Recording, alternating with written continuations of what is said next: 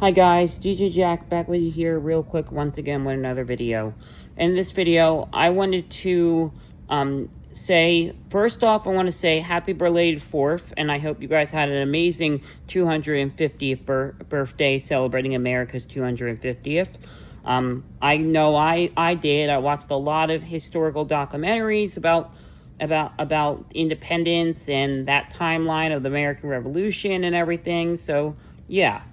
Now let's get into it.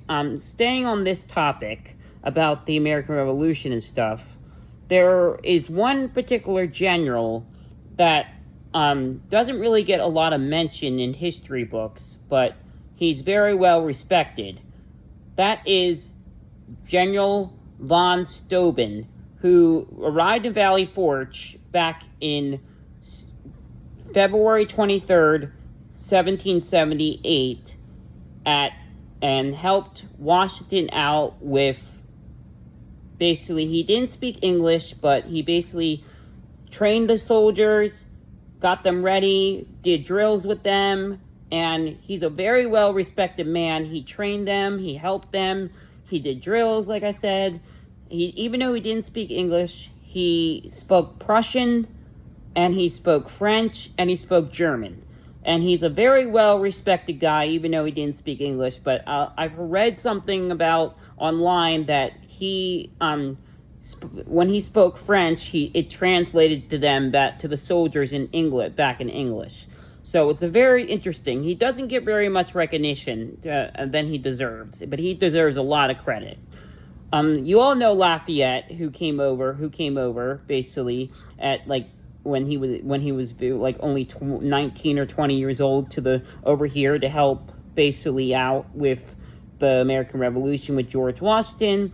Even though he wanted to learn English right away, even though he was from the French, he spoke French, but he also worked very well. He worked with von Steuben, Marcus de Lafayette in Washington to help train the soldiers as well. Two respected men that deserve a lot of credit than they get, but they're very good people. They were very brilliant soldiers, very brilliant guys in the American Revolution.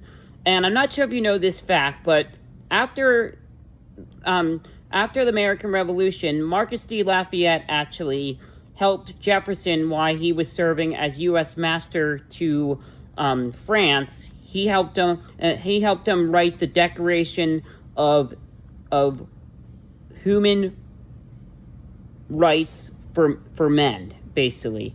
Yes, that's what he did. He basically wrote the Declaration of Rights for Men, basically. It was a document that Jefferson helped create with Marcus de Lafayette when he was in serving as U.S. Master to Great Britain.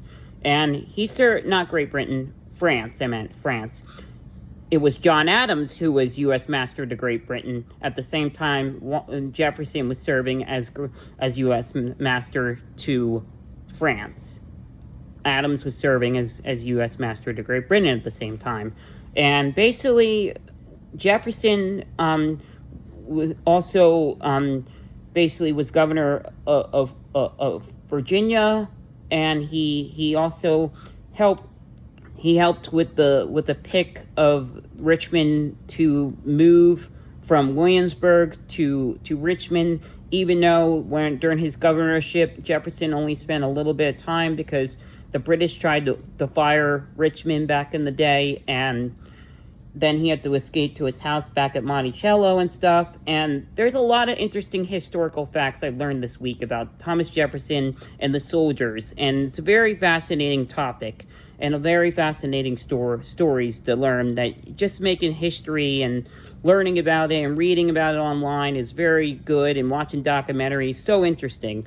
But that's all. I just wanted to bring some historical facts for American Revolution and 4th of July 250th celebration. So hit the subscribe button. Thanks.